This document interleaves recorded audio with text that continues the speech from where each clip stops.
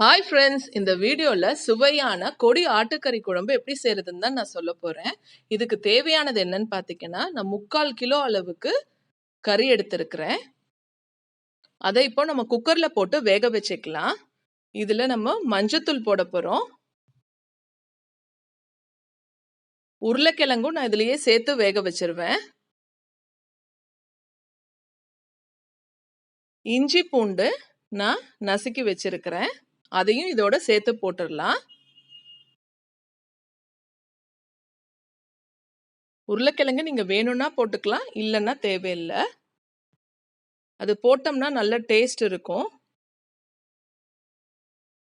இப்போ தண்ணி சேர்த்துக்கலாம். இதுல தண்ணி சேர்த்தாச்சு. இப்போ குக்கரை மூடி வேக வச்சிடலாம். வெந்துருச்சு, கறி வெந்துருச்சு. இப்போ இதுல சூப்புக்கு நம்ம அந்த தண்ணி எடுத்துக்கலாம். மிளகு, ஜீரகம், பூண்டு இதை அரைச்சிட்டு நான் சூப்ல கலந்துருவேன். கலந்துட்டு கொத்தமல்லி இலைய தூவிட்டோம்னா சூப் ரெடி ஆயிடுச்சு. இப்போ குழம்புக்கு என்னெல்லாம் பண்ணலான்னு பார்க்கலாம். பட்டை, கிராம்பு, மிளகு, ஜீரகம் சேர்த்துருக்கிறேன் நான். அது மட்டும் இல்லாம இஞ்சி, பூண்டு, பச்சை மிளகா, வெங்காயம், தக்காளி, புதினா, கருவேப்பிலை, கொத்தமல்லி இது எல்லாத்தையும் சேர்த்து நம்ம மிக்ஸி ஜார்ல சேர்த்து எல்லாத்தையும் அரைக்க போறோம். இப்போ அரைச்சு வச்சாச்சு. இப்போ எண்ணெய் சட்டியில நல்லெண்ணெய் சேர்த்துக்கலாம். பிரிஞ்சி இலைய இதுல போட்டுக்கலாம். எண்ணெய் காஞ்சிருச்சு. பிரிஞ்சி இலையும் சேர்த்தாச்சு. நல்லா பொரிஞ்சிடுச்சு. இப்போ நம்ம அரைச்சு வச்சிருக்கிறோம் இல்லைங்களா, இதையும் அதுல நம்ம சேர்த்துடலாம். சேர்த்து நல்லா வதக்கி விட்டுறலாம். எண்ணெய் பிரிஞ்சு வர வரைக்கும் நல்லா வதக்கி விட்டுறணும். அதை இலை, பச்சை இலை வாடை இல்லாம போயிரும், இஞ்சி பூண்டு வாடையும் போயிரும். நல்லா சுருண்டு வந்துடணும். பாருங்க, இப்ப எண்ணெய் பிரிஞ்சு வந்துட்டே இருக்கும். இன்னும் நல்லா அதனுடைய வாடை போற வரைக்கும் நம்ம வதக்கி விட்டுட்டே இருக்கணும்.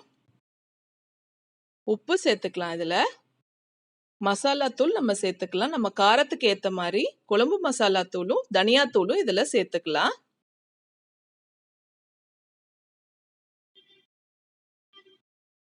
சேர்த்தாச்சு. நல்லா மிக்ஸ் பண்ணி விட்டுருங்க. இத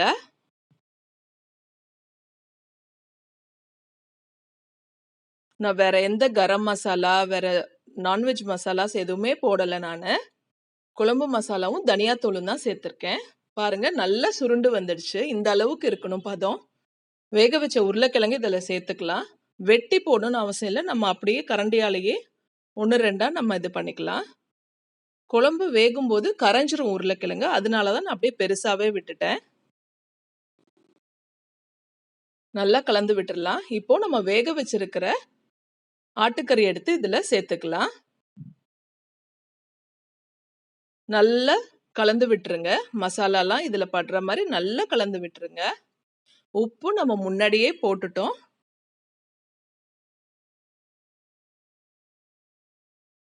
இப்போ இது வேகும் போது ஒரு நல்ல வாடை வரும் பாருங்க, செம்மையா இருக்கும். அந்த அரைச்சு வைக்கிற குழம்பு இருக்கு பாருங்க, அது சுவையே தனி.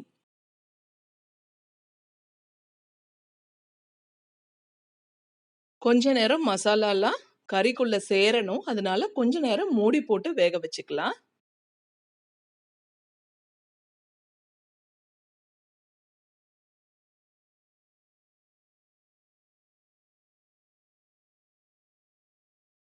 மூடி போட்டு வேக வச்சிடலாம். இப்போ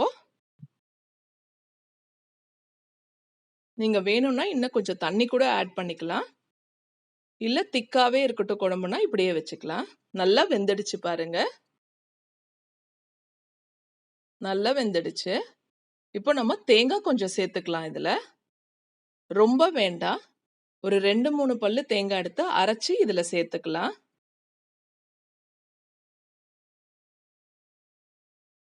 நல்லா கலந்து விட்டுருங்க. மிளகு, ஜீரகம், மிளகோட காரம் இதுல இருக்கு, நல்ல காரமா இருக்கும். காரம் வேண்டாம் அப்படின்னு நினைச்சீங்கன்னா நீங்க குறைச்சிக்கலாம். பாருங்க, சுவையான கொடியாட்டு குழம்பு ரெடி ஆயிடுச்சு. நல்லா வெந்திருக்கு பாருங்க. இதுக்கு எலுமிச்சப்பழ ஜூஸ் குடிச்சுக்கிட்டே சாப்பிட்டா செம டேஸ்டா இருக்கும்.